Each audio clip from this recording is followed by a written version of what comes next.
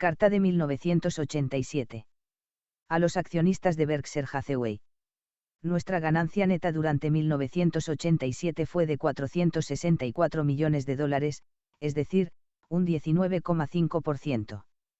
En los últimos 23 años, es decir, desde que la actual dirección tomó el mando, nuestro valor contable por acción ha pasado de $19,46 a $2.477,47, es decir, a un ritmo del 23,1% compuesto anualmente. Lo que cuenta, por supuesto, es la tasa de aumento del valor comercial por acción, no el valor contable. En muchos casos, el valor contable de una empresa y su valor comercial no tienen casi ninguna relación.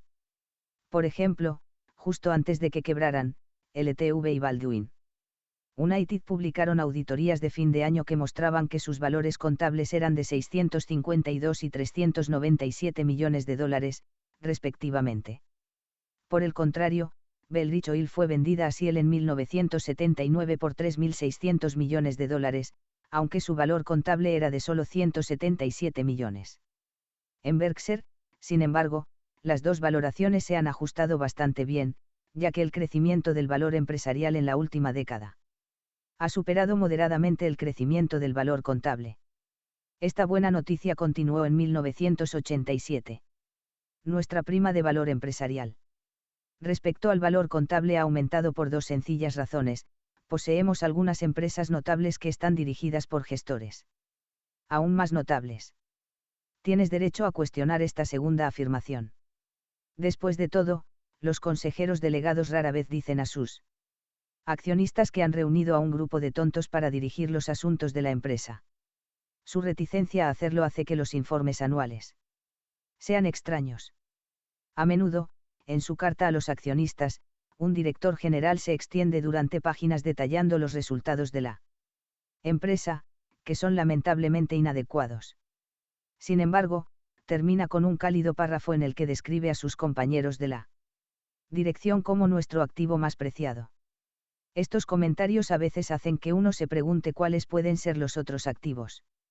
En Berkshire, sin embargo, mi valoración de nuestros gestores es, si acaso, subestimada. Para entender por qué, primero hay que mirar los beneficios de nuestras 7 mayores unidades no financieras: Buffalo News, Feheimer, Kirby, Nebraska Furniture Mart, Scott Fetzer, See's Candies y World Book. En 1987, estas 7 unidades de negocio obtuvieron en conjunto unos beneficios de explotación antes de intereses e impuestos de $180 millones. Por sí sola, esta cifra no dice nada sobre los resultados económicos. Para evaluarlo, debemos saber cuánto capital total, que es la suma de la deuda y los fondos propios, se necesitó para producir estos beneficios.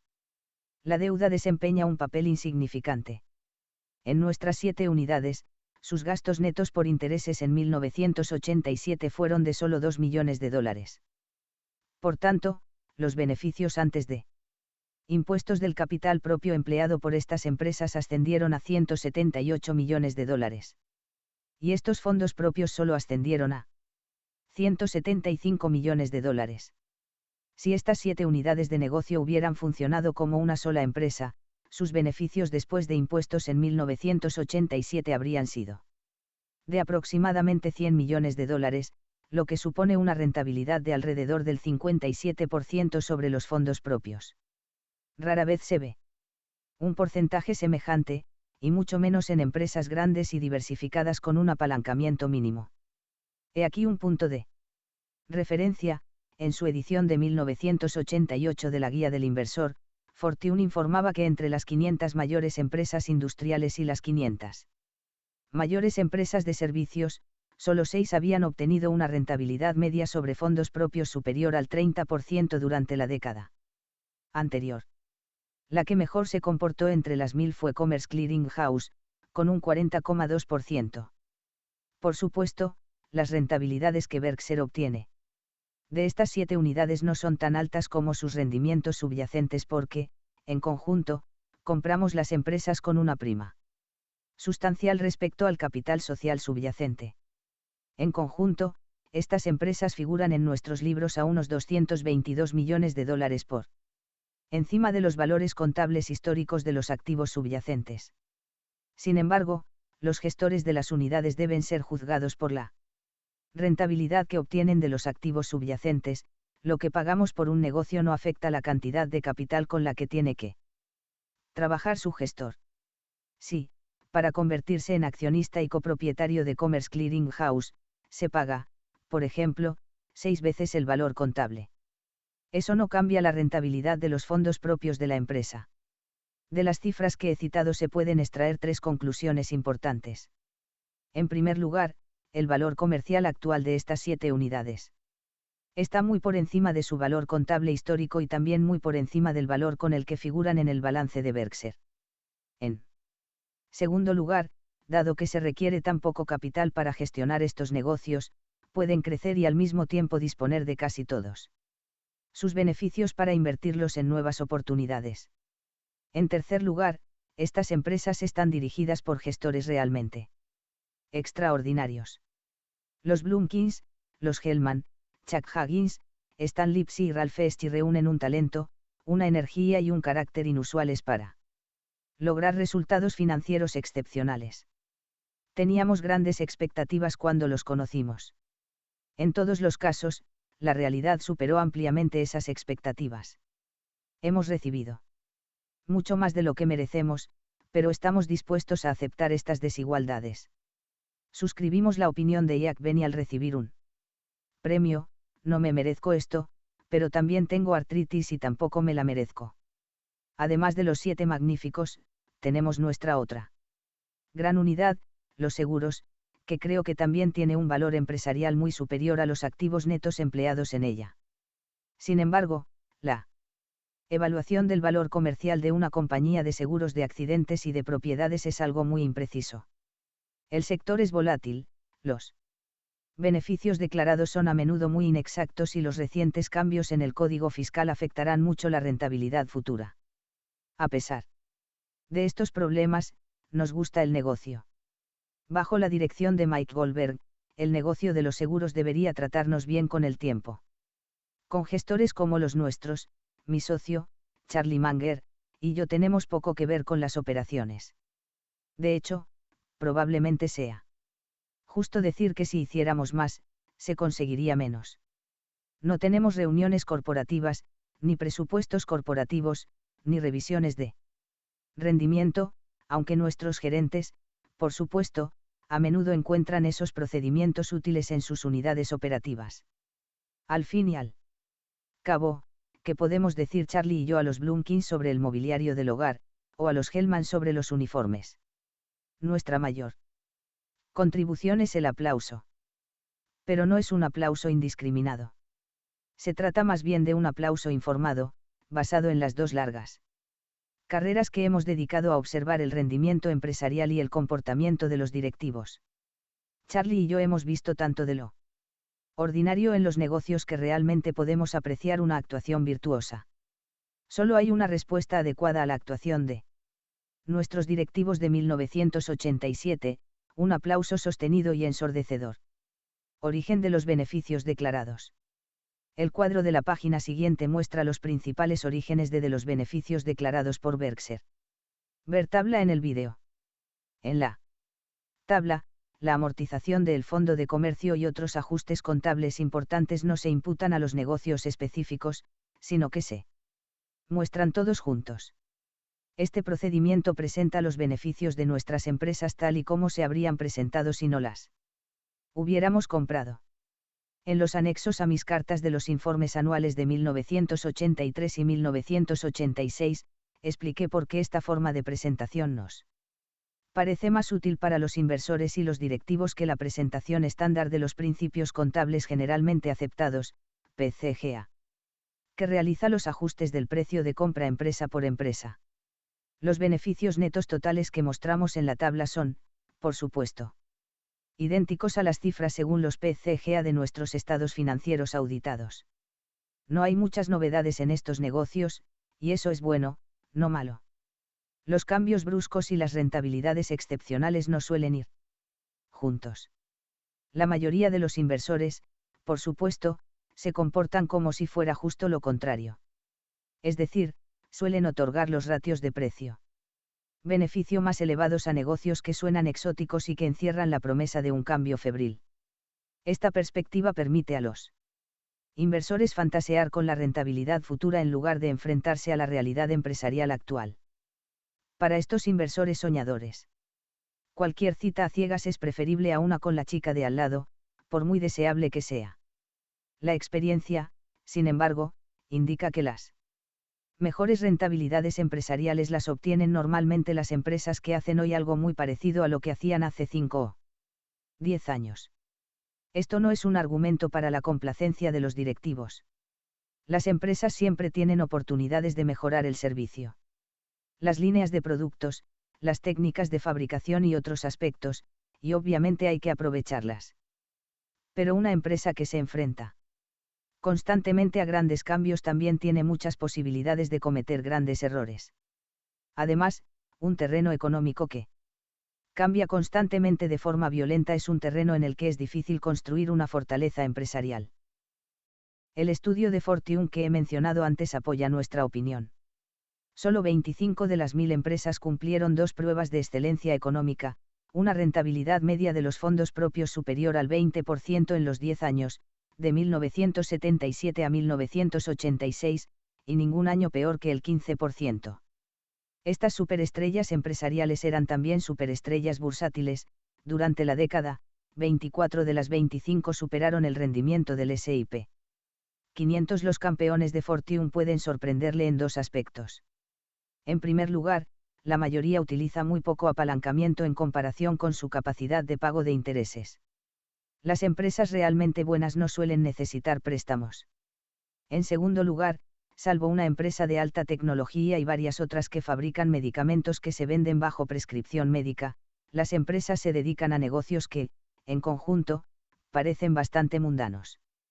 La mayoría de ellas venden productos o servicios que no son sexy de la misma manera que hace 10 años, aunque ahora en mayores cantidades, o a precios más altos, o ambas cosas. El historial de estas 25 empresas confirma que sacar el máximo partido a una franquicia empresarial ya fuerte, o concentrarse en un único tema empresarial ganador, es lo que suele producir una economía excepcional. La experiencia de Berkshire ha sido similar. Nuestros gestores han obtenido resultados extraordinarios haciendo cosas más bien ordinarias, pero haciéndolas excepcionalmente bien. Nuestros directivos protegen sus franquicias, controlan los costes, buscan nuevos productos y mercados que aprovechen sus puntos fuertes y no se desvían. Trabajan de forma excepcional en los detalles de sus negocios, y eso se nota. He aquí una actualización. Agatha Christie, cuyo marido era arqueólogo, decía que esa era la profesión perfecta para el cónyuge: cuanto mayor te haces, más se interesan por ti. Son los estudiantes de administración de empresas, y no los arqueólogos, quienes deberían interesarse por la señora B. Rose Blumkin, la presidenta de 94 años del Nebraska Furniture Mart. Hace 50 años, la señora B inició el negocio con $500, y hoy el Furniture Mart es, con diferencia, la mayor tienda de muebles para el hogar del país. La señora B sigue trabajando 7 días a la semana en el puesto, desde la apertura de cada día comercial hasta el cierre. Tengo claro que está ganando velocidad y que puede alcanzar todo su potencial en otros 5 o 10 años. Por eso, he convencido al Consejo de Administración para eliminar nuestra política de jubilación obligatoria a los 100 años. Ya era hora.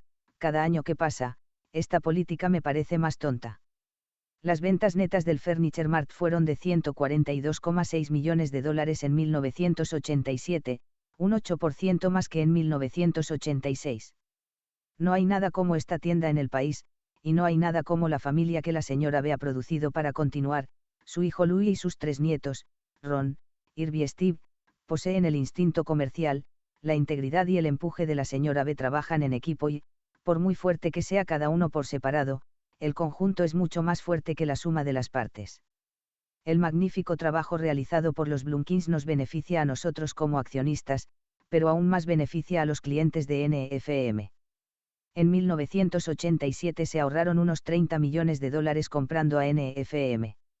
En otras palabras, los productos que compraron habrían costado mucho más si los hubieran adquirido en otro lugar.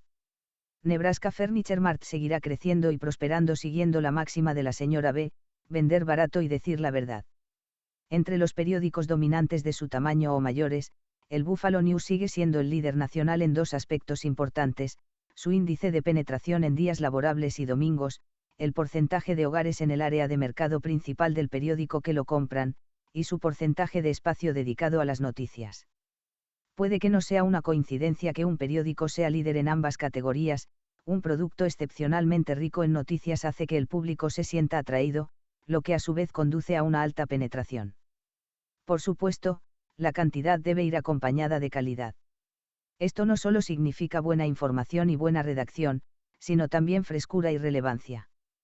Para ser indispensable, un periódico debe decir rápidamente a sus lectores muchas cosas que quieren saber pero que no conocerán hasta mucho más tarde, si es que lo hacen.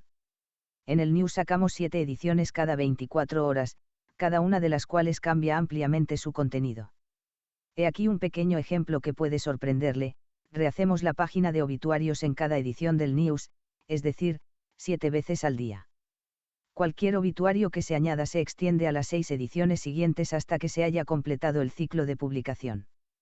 Es vital, por supuesto, que un periódico cubra bien y en profundidad las noticias nacionales e internacionales. Pero también es vital que haga lo que solo un periódico local puede hacer: relatar de forma rápida y extensa los detalles de la vida de la comunidad que tienen importancia y de los que no se informa. Hacer este trabajo bien requiere una amplia gama de noticias y eso significa mucho espacio.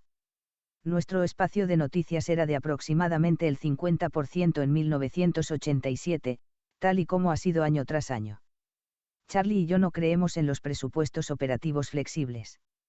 No entendemos que se contraten personas o se sumen actividades innecesarias porque los beneficios estén en alza, ni que se recorten personas o actividades esenciales porque la rentabilidad se reduzca. Ese tipo de enfoque variable no es ni empresarial ni humano. Nuestro objetivo es hacer lo que tiene sentido para los clientes y empleados de Berkshire en todo momento, y nunca añadir lo innecesario. Aunque las ventas del News solo han crecido moderadamente desde 1984, la magnífica gestión de Stan Lipsey, su editor, ha producido un excelente crecimiento de los beneficios. Durante varios años, he predicho incorrectamente que los márgenes de beneficio del News caerían. Este año no voy a defraudar: los márgenes se reducirán, sin duda, en 1988, y los beneficios también pueden disminuir. La causa principal será el aumento de los costes del papel prensa. Feheimer es otra de nuestras empresas familiares y, al igual que los Blumkin, ¿qué familia? 3 generaciones de Heldman construyeron, durante décadas, las ventas y los beneficios de este fabricante y distribuidor de uniformes. En 1986, cuando Berkshire adquirió una participación mayoritaria en Feheimer, los beneficios fueron un récord. Los Heldman no bajaron el ritmo después de eso. El año pasado los beneficios aumentaron sustancialmente y las perspectivas son buenas para 1988. No hay nada mágico en el negocio de los uniformes, la única magia está en los Heldman. Bob, George, Gary, Roger y Fred conocen el negocio por dentro y por fuera, y se divierten dirigiéndolo. Tenemos la suerte de ser socios de ellos. Chuck Huggins sigue estableciendo nuevos récords en Sears, como ha hecho desde que le pusimos al frente, hace unos 16 años. En 1987, el volumen alcanzó un nuevo máximo, con algo menos de 25 millones de libras. Por segundo año consecutivo, las ventas ajustadas, medidas en libras, prácticamente no variaron. En caso de que se lo pregunten, esto representa una mejora: en cada uno de los 6 años anteriores, las ventas ajustadas habían disminuido. Aunque la temporada navideña de 1986 fue especialmente fuerte, en la temporada navideña de 1987 las comparaciones tienda por tienda fueron mejores que en cualquier otra época del año. Así, el factor estacional en sí se hace aún más extremo. En 1987, cerca del 85% de nuestros beneficios se obtuvieron durante el mes de diciembre. Las tiendas de golosinas son divertidas de visitar, pero la mayoría no lo han sido para sus accionistas. Por lo que podemos saber, prácticamente nadie, aparte de Sears, ha obtenido beneficios importantes en los últimos años por la explotación de tiendas de caramelos. Claramente, el récord de Chuck en Sears no se debe a viento de cola en el sector. Más bien se trata de un rendimiento único. Su logro requiere un producto excelente, que tenemos, pero también requiere un afecto genuino por el cliente. Chuck está orientado al cliente al 100%, y su actitud marca la pauta para el resto de la organización. He aquí un ejemplo de Chuck en acción. En See's añadimos regularmente nuevas piezas de caramelo a nuestra mezcla y también eliminamos algunas para mantener nuestra línea de productos en unas 100 variedades.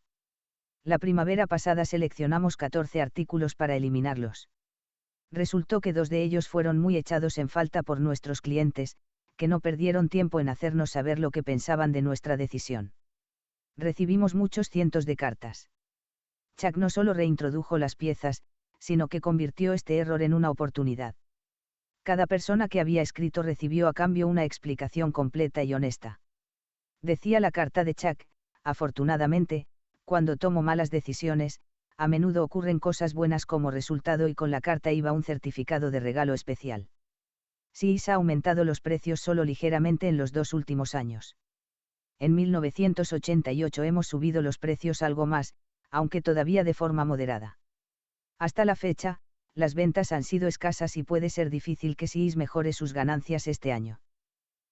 Worldbook, Kirby y el grupo de fabricación Scott Fetzer están bajo la dirección de Ralph Esty. Y qué suerte tenemos de que lo estén. El año pasado les dije que los resultados de Scott Fetzer en 1986 habían superado con creces las expectativas que teníamos Charlie y yo en el momento de nuestra compra. Los resultados de 1987 fueron aún mejores. Los beneficios antes de impuestos aumentaron un 10%, mientras que el capital medio empleado bajó considerablemente. El dominio de Ralph de los 19 negocios de los que es responsable es asombroso, y además ha atraído a algunos gestores extraordinarios para dirigirlos. Nos encantaría encontrar algunas unidades adicionales que pudieran ponerse bajo el ala de Ralph. Los negocios de Scott Fetzer son demasiado numerosos para describirlos en detalle. Solo vamos a ponerle al día sobre una de nuestras favoritas. A finales de 1987, Worldbook presentó su edición más revisada desde 1962. El número de fotos en color pasó de 14.000 a 24.000, se revisaron más de 6.000 artículos y se añadieron 840 nuevos colaboradores. Charlie y yo recomendamos este producto a usted y a su familia. En 1987, las ventas de unidades de Worldbook en Estados Unidos aumentaron por 5º año consecutivo. Las ventas y los beneficios internacionales también crecieron sustancialmente. Las perspectivas son buenas para las operaciones de Scott Fetzer en su conjunto, y para Worldbook en particular. Negocio de seguros. A continuación se muestra una versión actualizada de nuestro cuadro habitual en el que se presentan las cifras clave del sector de los seguros. Ver tabla en el vídeo. El ratio combinado representa los costes totales de los seguros en comparación con los ingresos por primas. Un ratio inferior a 100 indica un beneficio y uno superior a 100 indica una pérdida. Si se tienen en cuenta los ingresos de las inversiones que una aseguradora obtiene por retener los fondos de los asegurados, un ratio combinado en la franja de 107 a 111 suele producir un resultado global de equilibrio, excluyendo los beneficios de los fondos aportados por los accionistas. La matemática del negocio de los seguros no es muy complicada.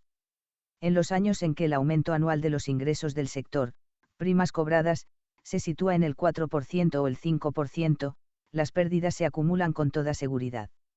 Esto no se debe a que los accidentes de automóviles, los incendios, las tormentas y similares se produzcan con más frecuencia, ni tampoco ha sido últimamente culpa de la inflación. Hoy en día, la inflación social y judicial son los principales culpables.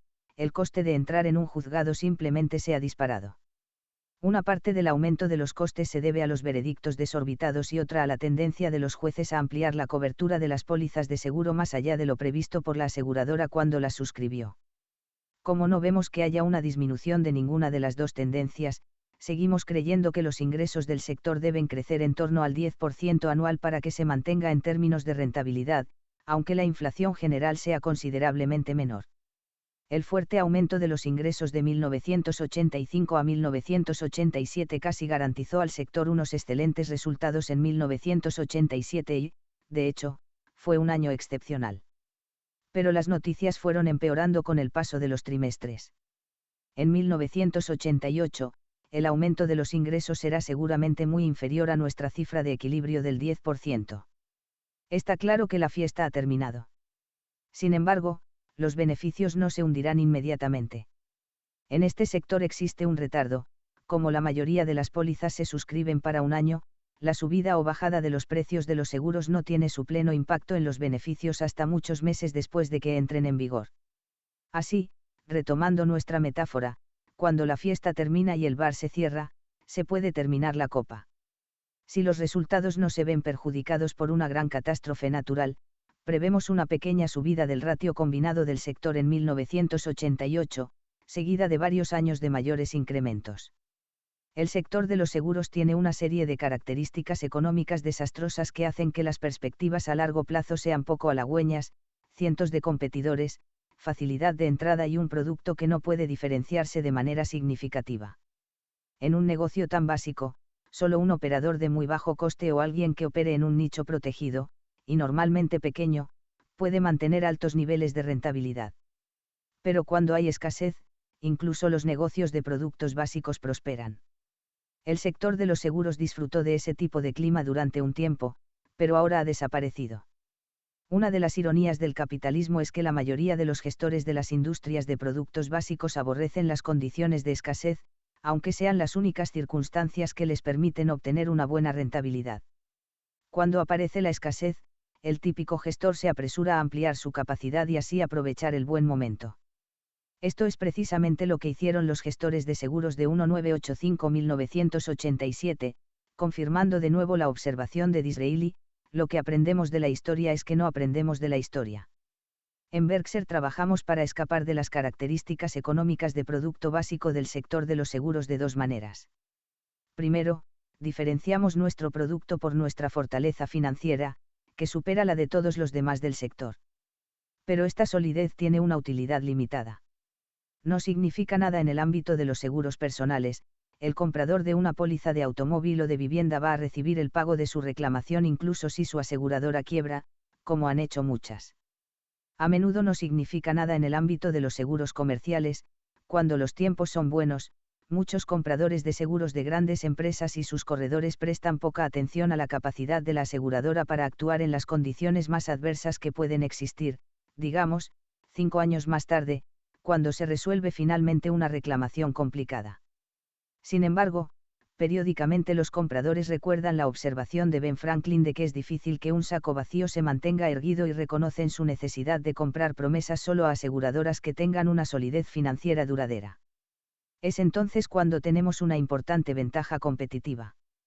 Cuando un comprador se centra realmente en si un siniestro de $10 millones puede ser pagado fácilmente por su aseguradora dentro de 5 o 10 años, y cuando tiene en cuenta la posibilidad de que las malas condiciones de suscripción coincidan entonces con mercados financieros deprimidos e impagos por parte de la reaseguradora, solo encontrará unas pocas compañías en las que pueda confiar. Entre ellas, Berkshire encabezará el grupo. Nuestro segundo método de diferenciación es la total indiferencia al volumen que mantenemos. En 1989, estaremos perfectamente dispuestos a suscribir 5 veces más negocios que en 1988, o solo una quinta parte. Ojalá, por supuesto, que las condiciones nos permitan un gran volumen. Pero no podemos controlar los precios del mercado. Si son insatisfactorios, simplemente haremos muy pocos negocios. Ningún otro gran asegurador actúa con igual contención. 3 condiciones que prevalecen en los seguros, pero no en la mayoría de los negocios, nos permiten nuestra flexibilidad. En primer lugar, la cuota de mercado no es un determinante importante de la rentabilidad. En este negocio, a diferencia de lo que ocurre con los periódicos o las tiendas de comestibles, la regla económica no es la supervivencia del más grande. En segundo lugar, en muchos sectores de los seguros, incluidos la mayoría de los que operamos, los canales de distribución no están cerrados y se puede entrar en ellos fácilmente. Un pequeño volumen este año no excluye un gran volumen el año que viene. En tercer lugar, la capacidad ociosa, que en este sector significa en gran medida las personas, no da lugar a costes intolerables. De un modo que no pueden hacer industrias como la editorial o la del acero, podemos operar a un cuarto de velocidad durante mucho tiempo y seguir disfrutando de prosperidad a largo plazo. Seguimos una política de precios basada en la exposición al riesgo y no en la competencia porque es la que tiene sentido para nuestros accionistas. Pero nos complace informar que también es prosocial. Esta política significa que siempre estamos disponibles, a precios que consideremos adecuados, para suscribir grandes volúmenes de casi cualquier tipo de seguro de daños. Muchas otras aseguradoras siguen un enfoque de entrada y salida. Cuando están fuera, por las crecientes pérdidas, la insuficiencia de capital o lo que sea, nosotros estamos disponibles. Por supuesto, cuando otros están deseando hacer negocios, nosotros también estamos disponibles, pero en esos momentos a menudo nuestros precios son mayores a los del mercado. Una historia de mediados de 1987 ilustra algunas consecuencias de nuestra política de precios. Uno de los mayores corredores de seguros del país está dirigido por un hombre que desde hace tiempo es accionista de Berkshire. Naturalmente, hace lo mejor que puede para sus clientes. Y, con la misma naturalidad, cuando el mercado de los seguros bajó mucho en 1987, encontró que los precios de otras aseguradoras eran más bajos que los nuestros. Su reacción fue, en primer lugar, hacer todo su negocio con otras aseguradoras y, en segundo lugar, comprar más acciones de Berkshire. Si hubiéramos tenido precios competitivos, dijo, habríamos conseguido su negocio de seguros, pero no habría comprado nuestras acciones. 1987 fue excelente para Berkshire, en parte debido al factor de retraso comentado anteriormente. Nuestro ratio combinado fue de 105. Es muy probable que los beneficios de Berkshire en el sector de los seguros mejoren durante 1988 y 1989, aunque esperamos que nuestro ratio combinado aumente. Nuestro negocio de seguros también ha obtenido importantes beneficios no financieros durante los últimos años. Mike Goldberg, su director, ha reunido a un grupo de profesionales con talento para suscribir riesgos mayores y coberturas inusuales. La evolución de nuestras reservas de siniestros parece mejor este año que antes. Sin embargo, suscribimos muchas pólizas de cola larga, es decir, pólizas que generan siniestros que a menudo tardan muchos años en resolverse. Algunos ejemplos son la responsabilidad civil por productos defectuosos o las coberturas de responsabilidad civil de directores y funcionarios. Con una combinación de negocios como esta, un año de desarrollo de reservas dice muy poco. Hay que desconfiar mucho de cualquier cifra de beneficios comunicada por las aseguradoras. El historial de la última década muestra que muchas de nuestras aseguradoras más conocidas han comunicado a los accionistas unos beneficios que luego han resultado ser tremendamente erróneos. Sin embargo, los auditores certifican anualmente las cifras que les da la dirección y en sus dictámenes declaran sin reservas que esas cifras representan fielmente la situación financiera de sus clientes. Los auditores utilizan ese lenguaje tranquilizador aunque saben, por su larga y dolorosa experiencia, que las cifras pueden diferir mucho de los verdaderos beneficios del periodo. A pesar de este historial de errores, es comprensible que los inversores confíen en las opiniones de los auditores. Al fin y al cabo, una declaración que diga que los estados financieros representan una imagen fiel difícilmente puede sonar equívoca para quien no sea contable. A todas luces, los errores inocentes que se cometen constantemente en la constitución de las reservas de las empresas de seguros van acompañados de otros deliberados. Varios charlatanes se han enriquecido a costa del público inversor aprovechando, en primer lugar, la incapacidad de los auditores para evaluar las cifras de las reservas y, en segundo lugar, la voluntad de los auditores de certificar con confianza esas cifras como si tuvieran la experiencia necesaria para hacerlo. Seguiremos viendo estas argucias en el futuro. Donde se puedan crear ganancias de un plumazo, se reunirán los deshonestos. Para ellos, los seguros de larga duración son el paraíso. Los impuestos que pagan las compañías de seguros, que aumentaron tras la Ley de Reforma Fiscal de 1986, dieron un nuevo giro a finales de 1987. En el informe del año pasado detallamos los cambios de 1986. También comentamos la ironía de una ley que aumentó sustancialmente los beneficios declarados por las aseguradoras en 1987, aunque redujera materialmente tanto su potencial de beneficios a largo plazo como su valor comercial. En nuestra opinión, la ley de 1986 fue el acontecimiento económico más importante que afectó al sector del seguro en la última década. El proyecto de ley de 1987 redujo aún más el crédito por dividendos percibidos entre empresas del 80% al 70%, con efecto a partir del 1 de enero de 1988, salvo en los casos en que el contribuyente posea al menos el 20% de una empresa participada. Los inversores que han sido propietarios de acciones o bonos a través de intermediarios corporativos que no son sociedades de inversión cualificadas siempre han estado en desventaja en comparación con los que poseen los mismos valores directamente. La penalización que se aplica a la propiedad indirecta se incrementó en gran medida con el proyecto de ley fiscal de 1986 y, en menor medida, con el de 1987, especialmente en los casos en que el intermediario es una compañía de seguros. No tenemos forma de compensar este aumento de la fiscalidad.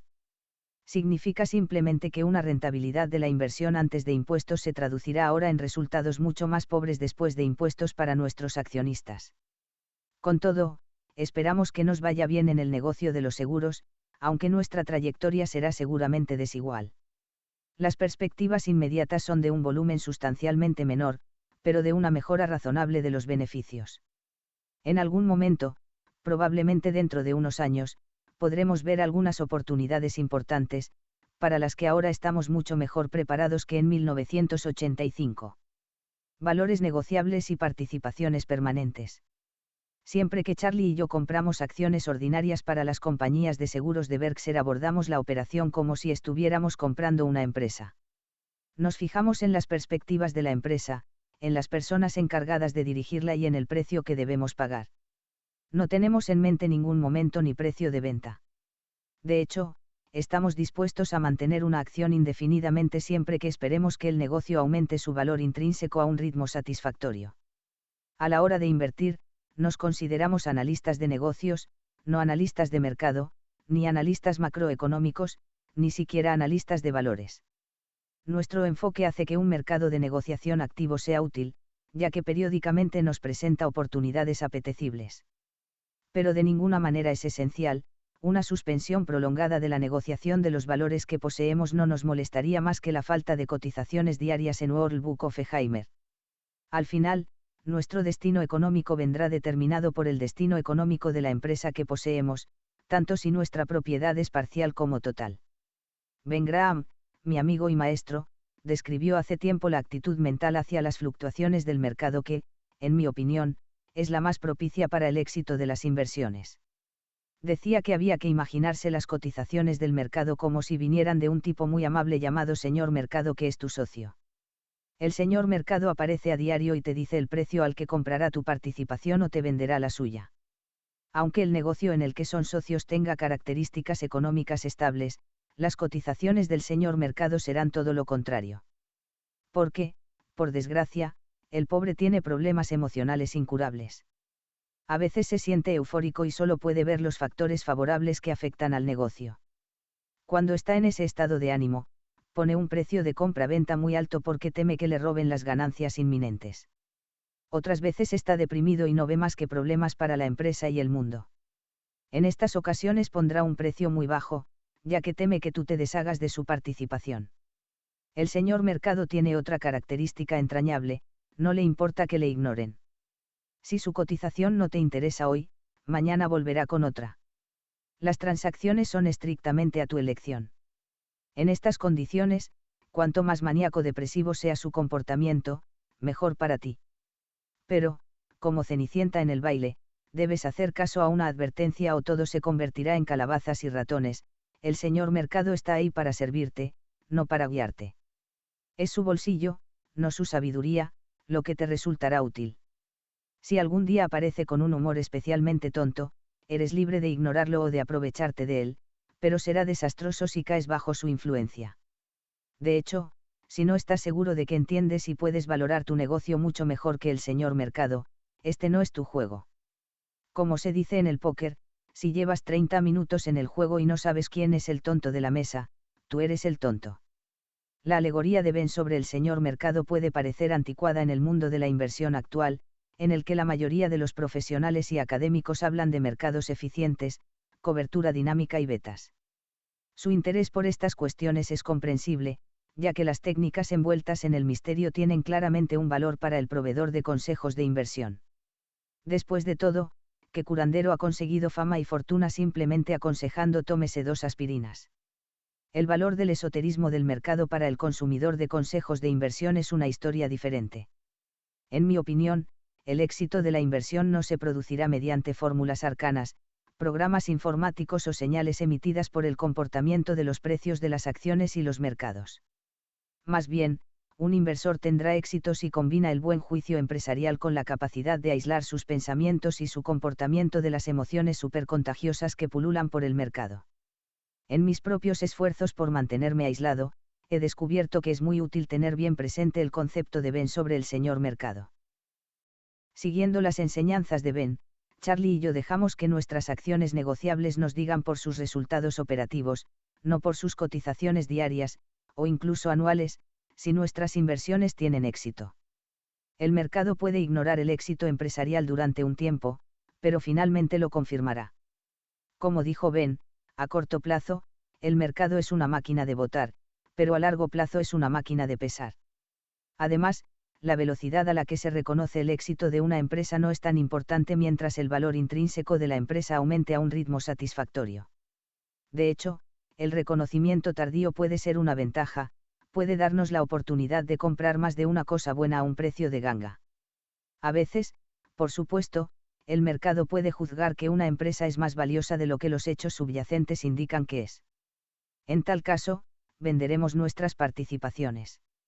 A veces, también, venderemos un valor que está bastante valorado o incluso infravalorado porque necesitamos fondos para una inversión aún más infravalorada o que creemos entender mejor. Sin embargo, debemos subrayar que no vendemos participaciones solo porque se hayan revalorizado o porque las hayamos mantenido durante mucho tiempo. De las máximas de Wall Street, la más tonta puede ser: nadie puede quebrar vendiendo con ganancias una acción. Nos conformamos con mantener cualquier valor indefinidamente, siempre que la rentabilidad prevista de los fondos propios del negocio subyacente sea satisfactoria, la dirección sea competente y honesta, y el mercado no sobrevalore el negocio. Sin embargo, nuestras compañías de seguros poseen 3 acciones ordinarias: Coumesiala y Savalls, que no venderíamos aunque estuvieran muy sobrevaloradas en el mercado. En efecto, consideramos estas inversiones exactamente igual que nuestros exitosos negocios controlados, una parte permanente de Berkshire y no una mercancía de la que deshacernos una vez que el señor mercado nos ofrezca un precio suficientemente alto. A esto añadiré un matiz: estas acciones están en manos de nuestras compañías de seguros y, si fuera absolutamente necesario, venderíamos partes de nuestras participaciones para pagar pérdidas extraordinarias de los seguros. Sin embargo, tenemos la intención de gestionar nuestros asuntos de manera que las ventas nunca sean necesarias. La determinación de tener y mantener, que Charlie y yo compartimos, implica obviamente una mezcla de consideraciones personales y financieras. Para algunos, nuestra postura puede parecer muy excéntrica. Charlie y yo seguimos desde hace tiempo el consejo de David Ogilvy: desarrolla tus excentricidades mientras eres joven. Así, cuando envejezcas, la gente no pensará que te estás volviendo gaga. Nuestra actitud, sin embargo, se ajusta a nuestra personalidad y a la forma en que queremos vivir nuestras vidas. Preferimos conseguir una rentabilidad de X asociándonos con personas que nos gustan y admiramos mucho antes que conseguir el 110% de X cambiando esa asociación por otra poco interesante o desagradable. Y nunca encontraremos gente que nos guste y a la que admiremos más que algunos de los principales participantes en las 3 empresas que se muestran a continuación, que son nuestras participaciones permanentes. Ver tabla en el vídeo. Realmente no vemos muchas diferencias fundamentales entre la compra de una empresa y la compra de participaciones negociables como estas. En todos los casos tratamos de comprar empresas con una economía favorable a largo plazo. Nuestro objetivo es encontrar una empresa excelente a un precio razonable, no una empresa mediocre a precio de ganga. Por supuesto, Charlie y yo podemos malinterpretar la economía fundamental de un negocio. Cuando eso ocurre, nos encontraremos con problemas tanto si esa empresa es una filial de propiedad total nuestra como si es un valor negociable, aunque normalmente es mucho más fácil salir de este último. Tanto en las compras de participaciones de control como en las de acciones, tratamos de comprar no solo buenas empresas, sino también aquellas dirigidas por gestores de alto nivel, con talento y simpatía. Si nos equivocamos con los gestores con los que nos vinculamos, la empresa controlada ofrece una cierta ventaja porque tenemos el poder de cambiarlo. En la práctica, sin embargo, esta ventaja es algo ilusoria. Los cambios de dirección, al igual que los cambios de pareja, son dolorosos, largos y poco convenientes. En cualquier caso, en nuestras 3 participaciones negociables pero permanentes, este punto es discutible, con Tom Murphy y Dan Burke en Capital Cities, via E.L. Snyder y Lou Simpson en Geico, y Ky Graham y Dick Simmons en el Washington Post, simplemente no podríamos estar en mejores manos. Yo diría que la empresa controlada ofrece 2 ventajas principales. En primer lugar, cuando controlamos una empresa podemos asignar el capital, mientras que es probable que tengamos poco o nada que decir sobre este proceso con las participaciones negociables. Este punto puede ser importante porque los responsables de muchas empresas no son expertos en la asignación de capital. La mayoría de los jefes llegan a la cima porque han destacado en un área como el marketing, producción o, a veces, la política institucional. La falta de habilidad de muchos directores generales en la asignación de capital no es un asunto menor. Después de 10 años en el puesto, un director general cuya empresa retenga anualmente unos beneficios equivalentes al 10% de su patrimonio neto habrá sido responsable del despliegue de más del 60% de todo el capital en juego en la empresa. Los directores generales que reconocen su falta de capacidad para asignar el capital a menudo intentan compensarlo recurriendo a su personal, a consultores de gestión o a banqueros de inversión. Charlie y yo hemos observado con frecuencia las consecuencias de esa ayuda. En general, creemos que es más probable que acentúe los problemas en lugar de resolverlos. A fin de cuentas, en las empresas estadounidenses se produce una gran cantidad de asignación de capital poco inteligente y por eso se oye hablar tanto de reestructuración.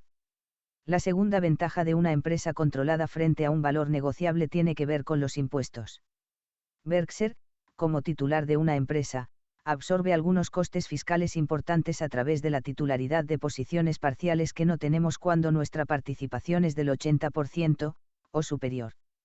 Estas desventajas fiscales nos acompañan desde hace mucho tiempo, pero los cambios en el código fiscal hicieron que aumentaran considerablemente durante el año pasado. Como consecuencia, un determinado resultado empresarial puede ahora dar a Berkshire unos resultados financieros que son hasta un 50% mejores si proceden de una participación del 80% o superior en lugar de una participación menor.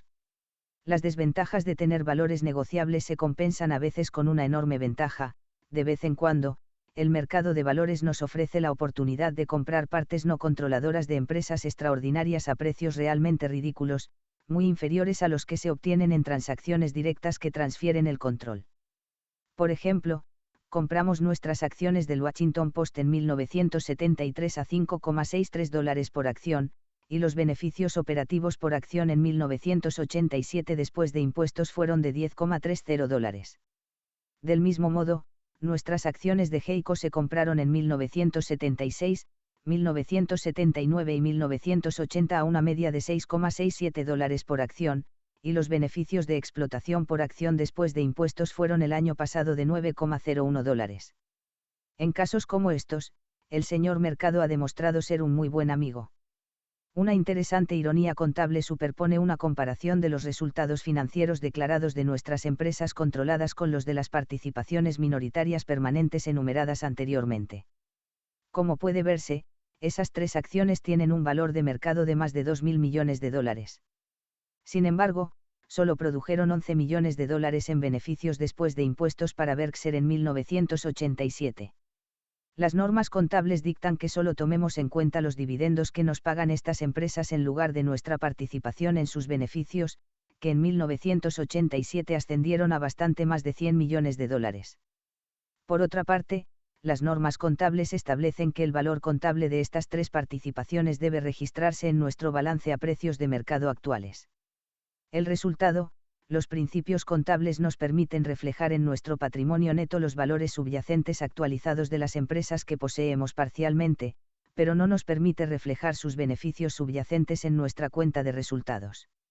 En el caso de nuestras empresas controladas, ocurre justo lo contrario.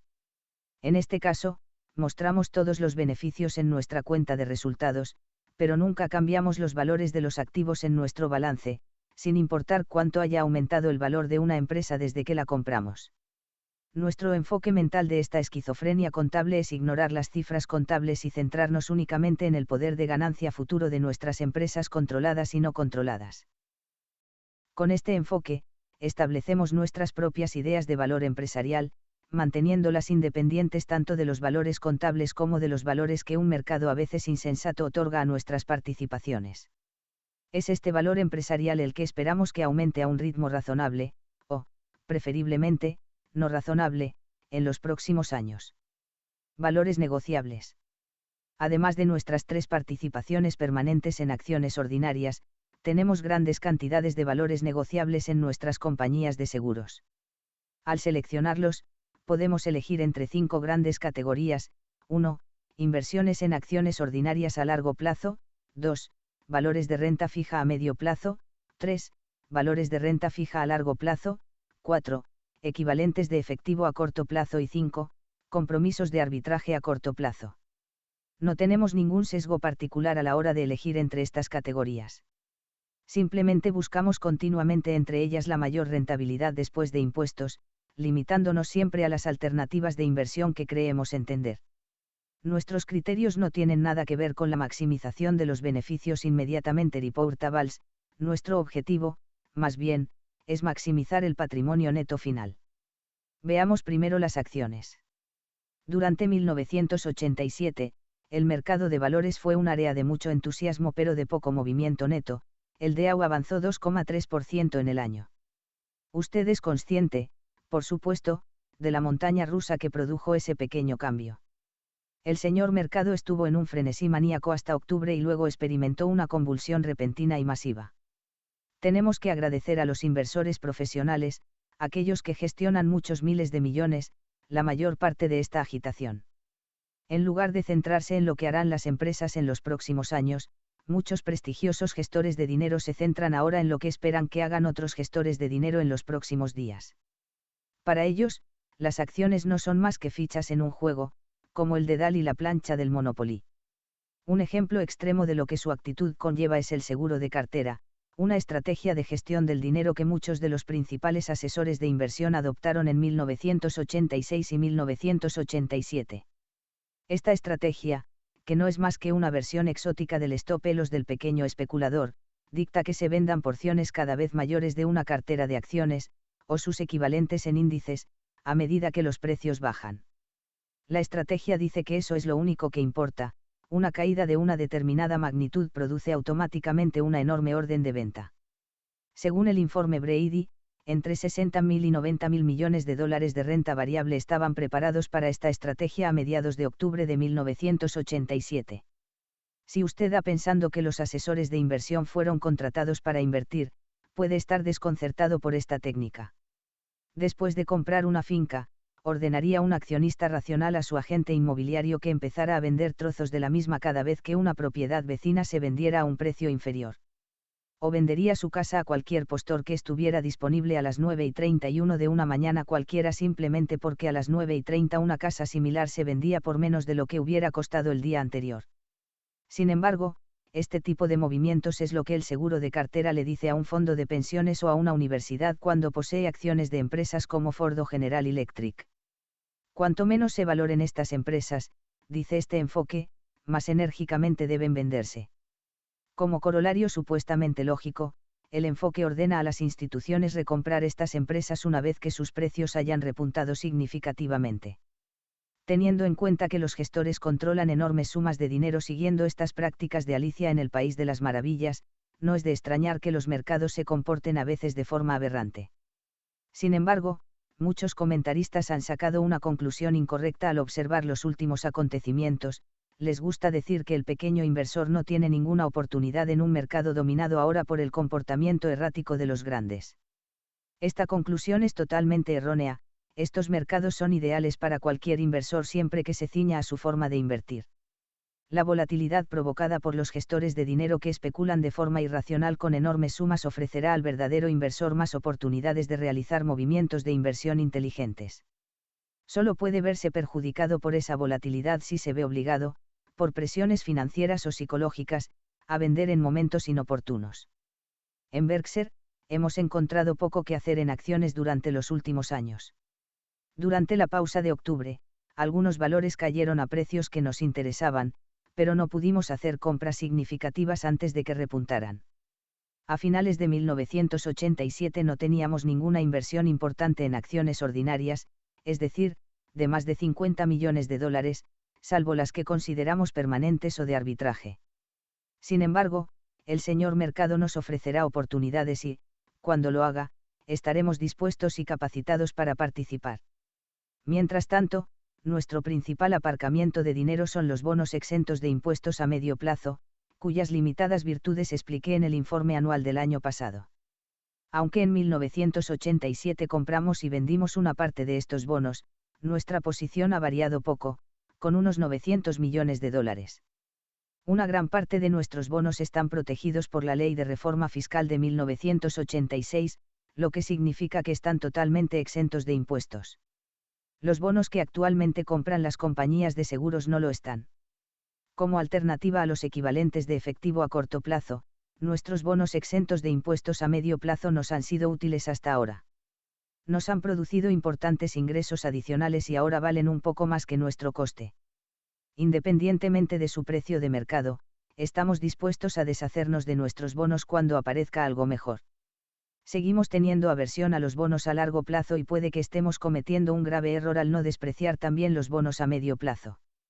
Los bonos no son mejores que la moneda en la que están denominados, y nada de lo que hemos visto en el último año, o en la última década, nos entusiasma sobre el futuro a largo plazo de la moneda estadounidense. Nuestro enorme déficit comercial está provocando que bonos del gobierno y de empresas estadounidenses, y depósitos bancarios, entre otros, se acumulen en manos de extranjeros a un ritmo preocupante. Nuestro gobierno ha adoptado un enfoque de sus finanzas inspirado en el personaje Blanche DuBois, de la película Un tranvía llamado Deseo, que decía, siempre he dependido de la amabilidad de los extraños. En este caso, por supuesto, los extraños confían en la integridad de nuestra moneda, aunque la caída del dólar ya ha hecho que esa propuesta les resulte cara. La fe que los extranjeros depositan en nosotros puede ser infundada. Cuando los pasivos son lo suficientemente numerosos y cuando la parte emisora puede determinar unilateralmente su poder adquisitivo, la presión sobre el emisor para diluir su valor inflando la moneda se vuelve casi irresistible. Para el gobierno deudor, el arma de la inflación es el equivalente económico de la bomba H, y por eso a muy pocos países se les ha permitido inundar el mundo con deuda denominada en su propia moneda. Nuestro historial de integridad fiscal, relativamente bueno, nos ha permitido romper esta regla, pero la generosidad que se nos ha concedido es probable que intensifique, en lugar de aliviar, la eventual presión sobre nosotros para inflar. Si sucumbimos a esa presión, no solo sufrirán los titulares extranjeros de nuestros cheques de crédito.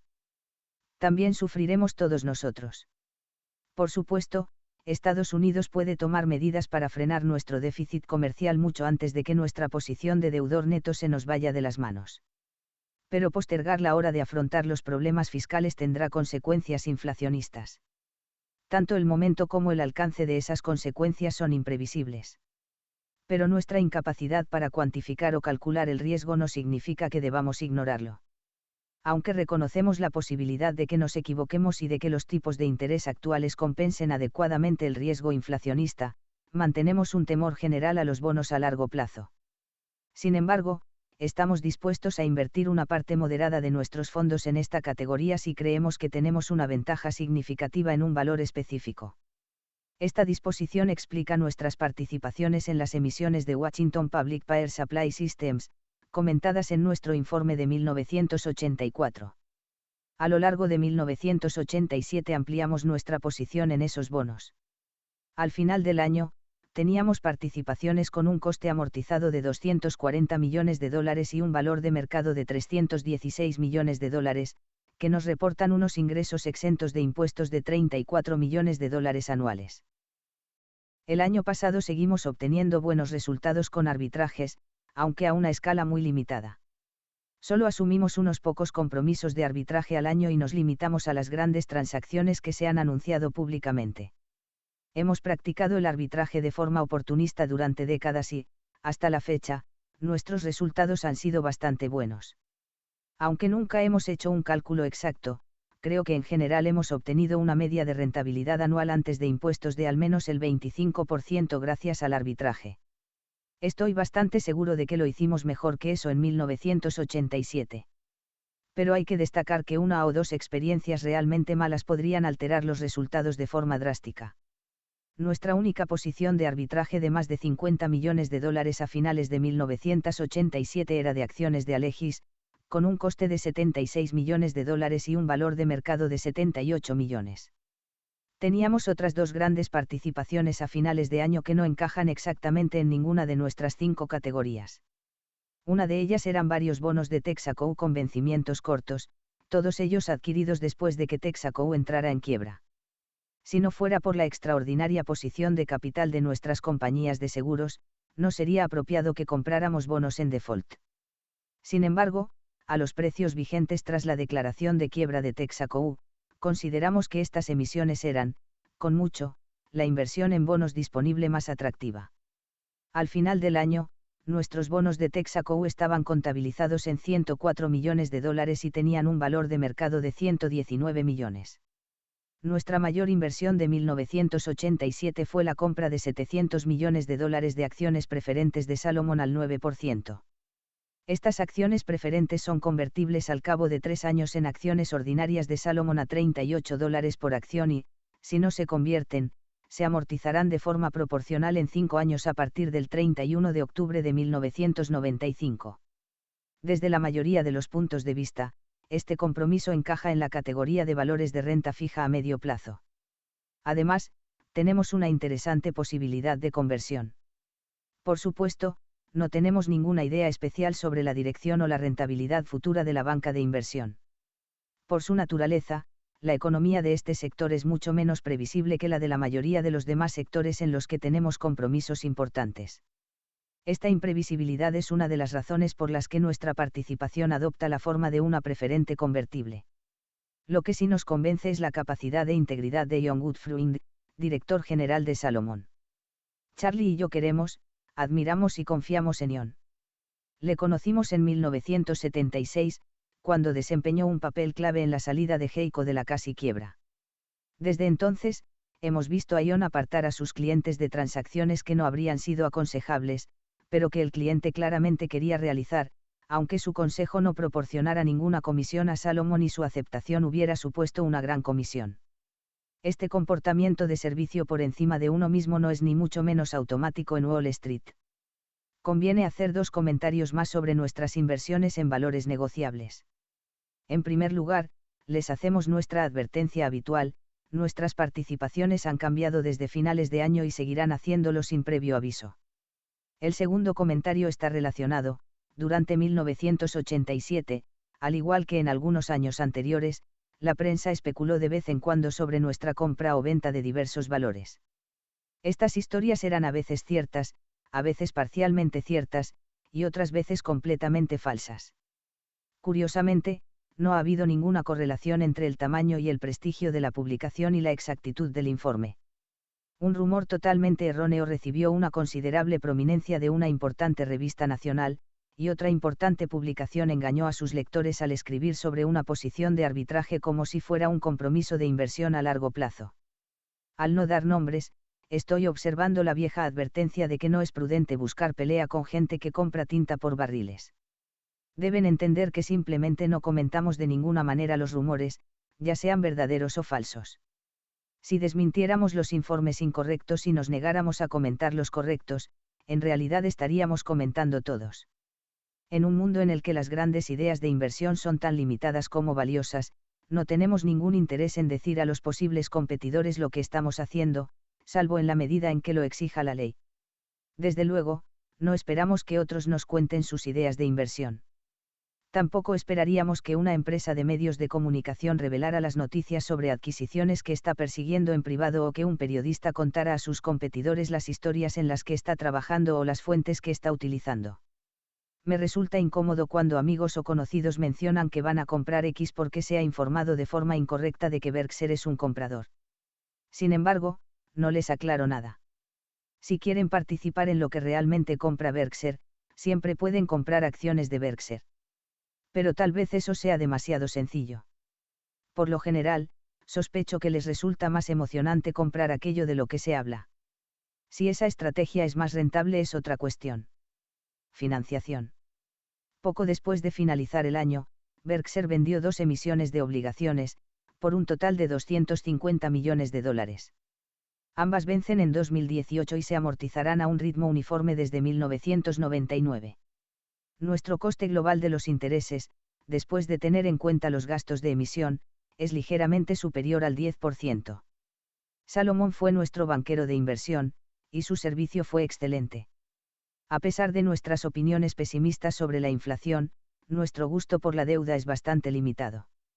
Sin duda, es probable que Berkshire pueda mejorar su rentabilidad sobre los fondos propios pasando a una relación deuda/valor de empresa mucho más elevada, aunque todavía convencional. Es aún más probable que pudiéramos manejar tal ratio, sin problemas, en condiciones económicas mucho peores que las que han prevalecido desde principios de los años 30.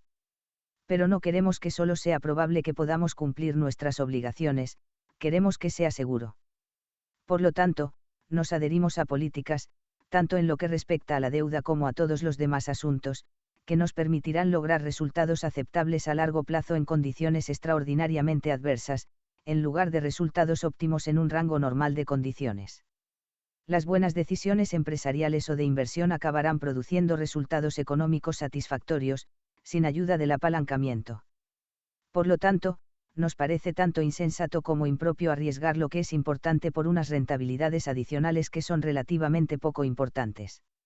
Esta opinión no es producto ni de nuestra avanzada edad ni de la prosperidad, nuestras opiniones sobre la deuda han permanecido constantes. Sin embargo, no tenemos fobia a los préstamos.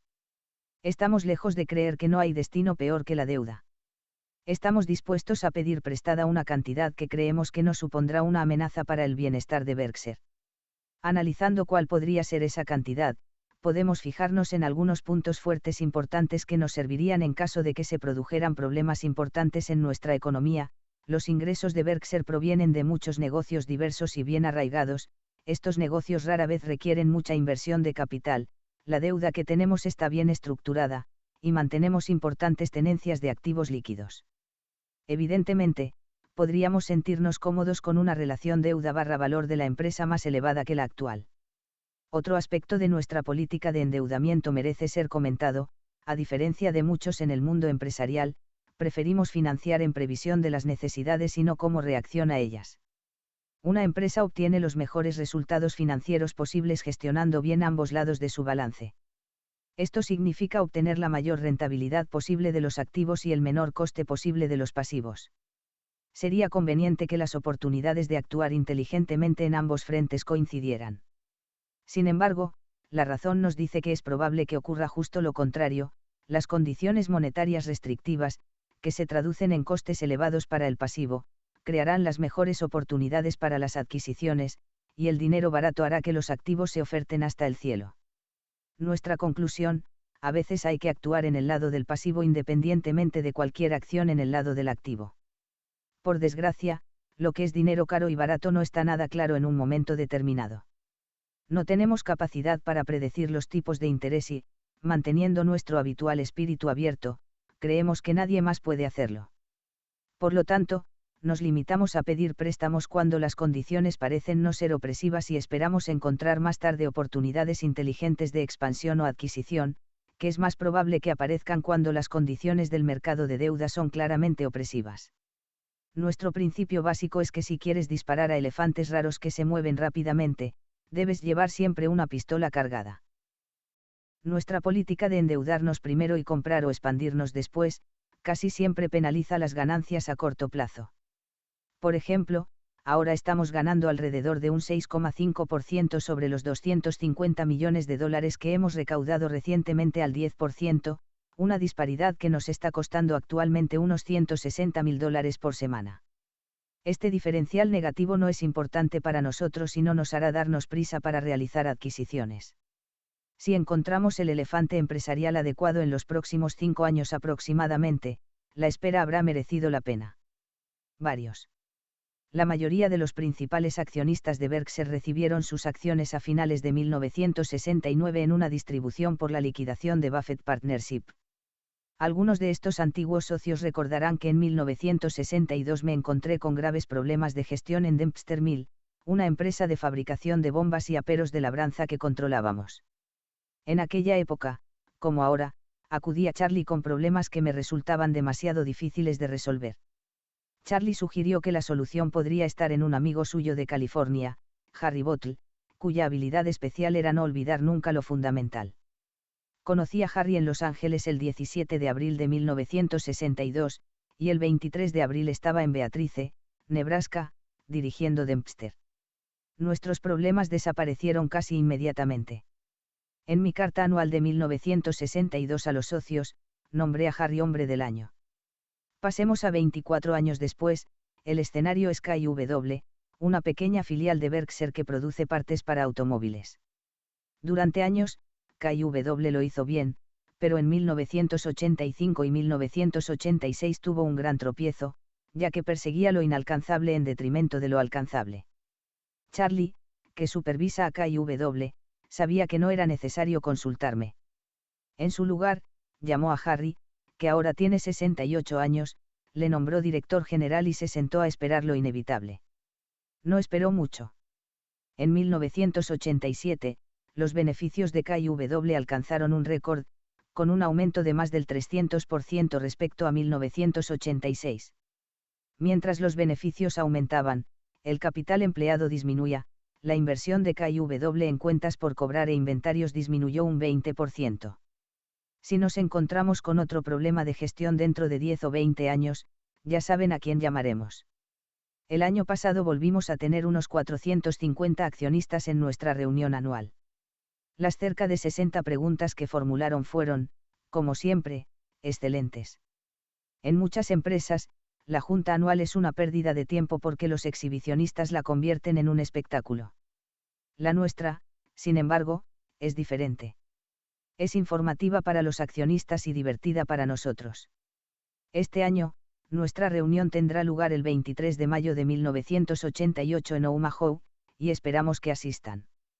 La reunión es un foro en el que se pueden plantear todas las preguntas relacionadas con los accionistas, y seguiremos respondiendo hasta que se hayan resuelto todas excepto las que se refieran a las actividades de la cartera o a otra información reservada. El año pasado alquilamos 2 autobuses por $100 para llevar al Furniture Mart a los accionistas interesados. Esos accionistas gastaron $40.000 en las grandes ofertas del Mart. La señora B considera que esta relación gastos/ventas es elevada y la atribuye a mi falta de atención crónica a los costes. Pero, amable como siempre, me ha ofrecido otra oportunidad y volveremos a tener autobuses disponibles después de la reunión. La señora B dice que hay que superar las cifras de ventas del año pasado, y le he dicho que no será defraudada. Warren Buffett, presidente del Consejo, 29 de febrero de 1988.